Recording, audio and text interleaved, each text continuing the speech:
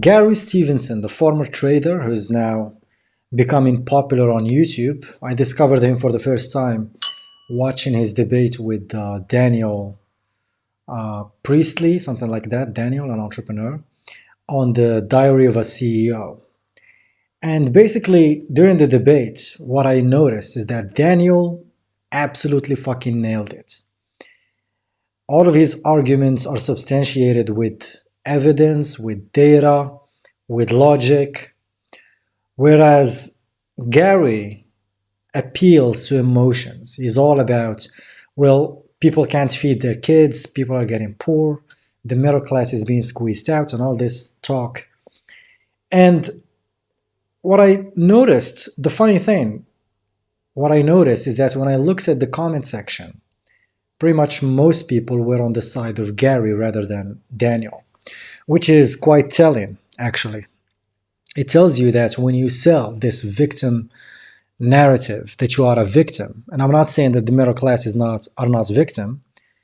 I'm not saying that people from the middle class are not victim. They are victims, but they are victims to inflation, not to what Gary likes to, because Gary economics boils everything down to taxing the rich. The problem are the rich, and the solution is tax the rich. That's basically his solution. There's this great moment during the debate where Daniel asks him, he says, so what is your solution? What's the practical solution to all these problems? And then Gary says, well, they should watch my YouTube channel. And then Daniel says, so what? Now they watch your YouTube channel, so then what? And then they said, well, people should push for change. In other words, they need to vote in socialist politicians to fix a monetary problem that is inflation, which they didn't mention, by the way, during the debate, which was interesting. Both of them, neither Daniel nor Gary, they didn't mention the biggest problem, which is the absence of sound money and the prevalence of money printing and of inflation. And so basically Gary says the solution, people need to watch my YouTube channel, they need to push for change through, like I've said, voting socialist politicians into government so they can fix a monetary problem, which is inflation, with wealth redistribution through coercive government power. In other words, thefts. So all I'm saying is Gary economics is wrong about economics because he thinks that the solution to all of these economic problems that the middle class is facing is basically just taxing the rich. He's not taking into account the fact that rich people, that wealth is mobile right now. People can leave the country. Rich people can leave the country. Capital flights is a real thing. If you keep taxing capital, capital will leave, and that will result in the impoverishment of society. And the biggest problem, I think, and here's the thing also, because I've been binge watching a few of Gary's videos recently, and what I found out is that he's also against Bitcoin, and actually he conflates Bitcoin with crypto, which are completely two different things. Crypto is not Bitcoin. Bitcoin is sound money. Crypto is speculation. It's just like stocks. Sometimes I would even say it's worse than stocks, because with all these rug pulls and the chaotic environment of crypto, it's much more dangerous to go into rather than compared to stocks. So he conflates Bitcoin with crypto. He doesn't understand Bitcoin. He says it's not real. As if fiat money is real, as if the money you put in the bank is actually in the bank. I mean, Gary economics, maybe I'm gonna do a series on Gary economics and try to debunk most of his bullshit, because, and I'm not saying that everything he says is wrong. He actually, there's a Moroccan saying, we say, this is Moroccan. Basically it means he mixes poison with honey. So a lot of things that he says are actually true.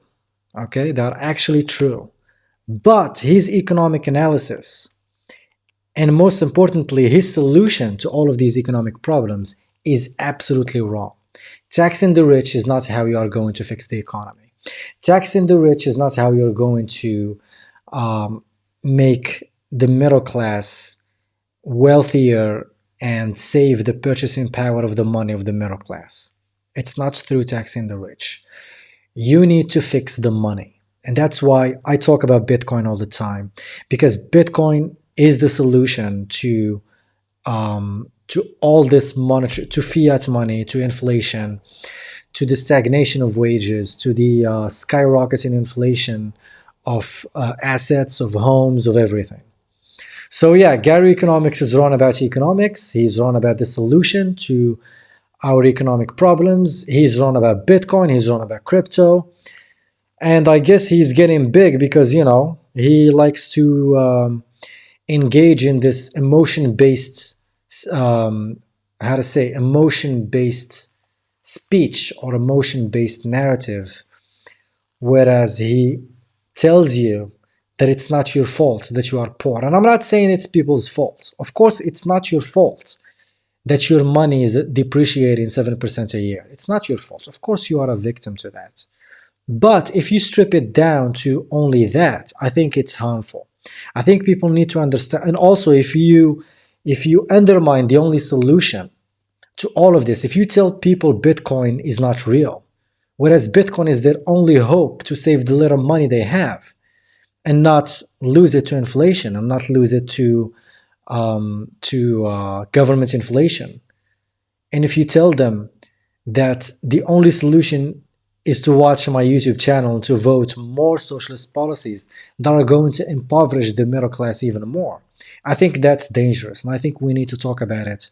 And I think we need to push back against this, new brand of socialist economics. It's just a new brand of socialist economics. And he gets his credibility maybe because he's rich and he made his money as a trader. He's a former trader.